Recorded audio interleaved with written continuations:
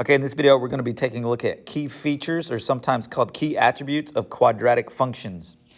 After this lesson, you should understand the x-intercepts, y-intercepts, maximum and minimum values, the vertex, and the equation of the axis of symmetry, all related to quadratic functions. All right, let's take a look at this diagram. Here you see the graph of a quadratic function, and it creates kind of a U-shaped looking graph. Sometimes the graph opens up, and sometimes it opens down. All right, but let's look at some key features here.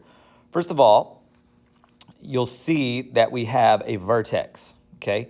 The vertex is going to be either the very low point or the very high point of a quadratic function. In this example, it is the very low point, but this is called the vertex, okay? And very specifically, in this vertex, it has an ordered pair, and the x is 1 and the y is -4. All right, so we could highlight or notify or identify, that the vertex is at 1, -4, okay?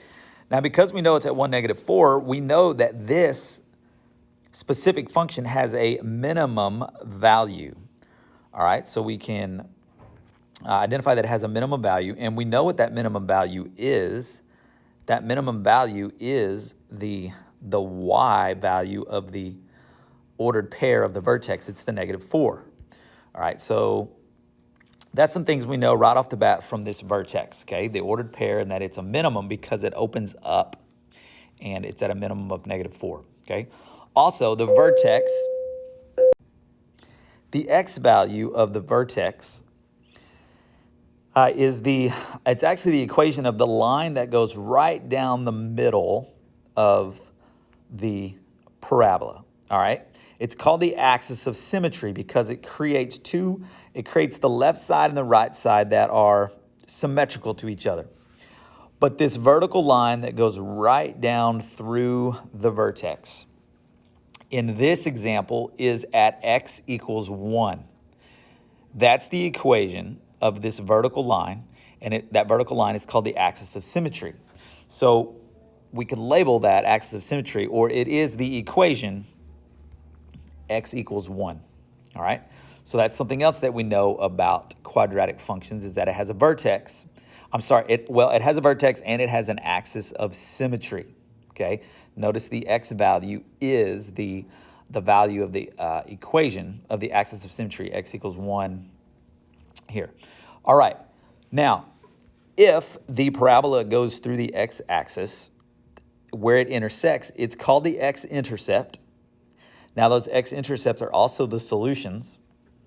They also have other names, such as the zeros and the roots. They're all the same thing, okay?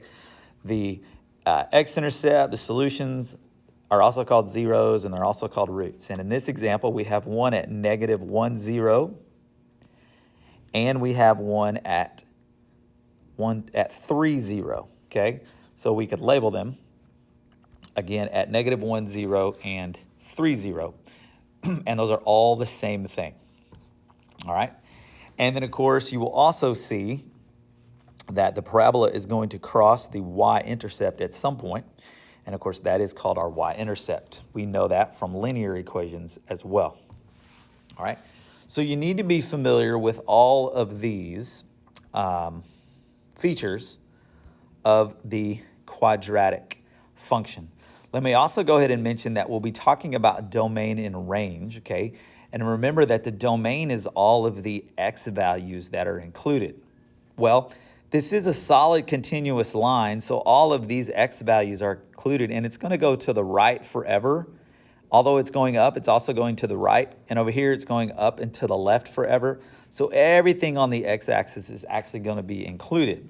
So we could say that the domain is what we call all real numbers.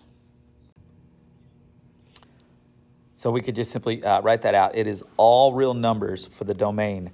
Now, the range is a little bit different. The range is all of the y values that are included, or all the values on the y-axis. Well, you can see this line is going to go up forever. It's going to continue going up forever in both directions, left or right. But we do have this minimum low point. So that means that there's not going to be anything included on the y-axis that's below this point, but everything's going to be included that's above that point. So how would we identify the range? Well, we would say that the y values are everything that's greater than or equal to basically the minimum, because this opens up and the minimum is at -4. So in this specific example, the range is going to be all the y values that are greater than or equal to -4. All right, let's take a look. Here's just another diagram that you could take a look at. We have all of these features: the y-intercept, the x-intercept or the solutions, the vertex, and then of course the line of symmetry. That's the x value, the 5. So that's the axis of symmetry. And this one has a maximum value. You can see that at the top it is 8. The y value is 8, so that's the maximum value.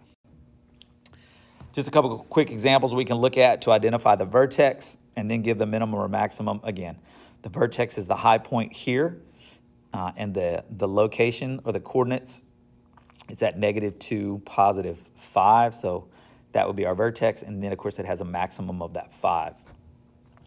Same thing over here, except for it opens up, so it has that low point or that minimum, and the vertex is at 3, -1, and the minimum is -1.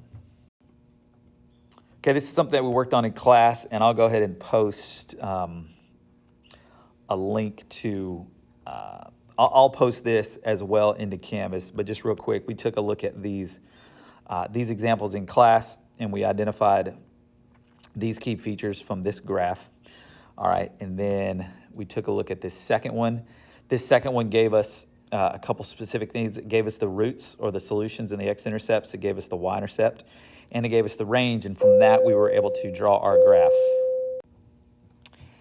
And then down here on this bottom one, we graphed this equation in our graphing calculators, and then we took a look at all of these features from the graph on the graphing calculator. Now remember, you can always use Desmos graphing calculator in order to graph this if you're at home.